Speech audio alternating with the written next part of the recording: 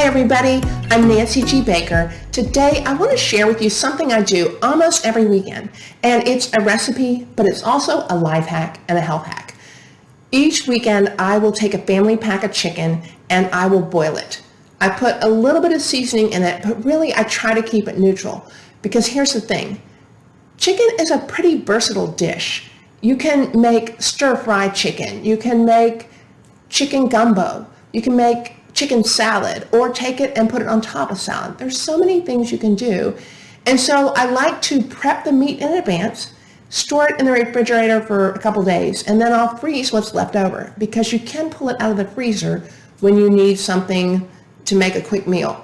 In addition to the boiled chicken, I want to show you a recipe for a chicken salad that is over the top.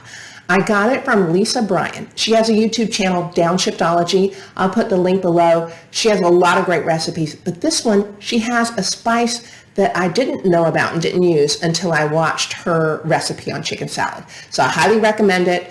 If you want more videos like this, make sure you subscribe, and thanks for watching.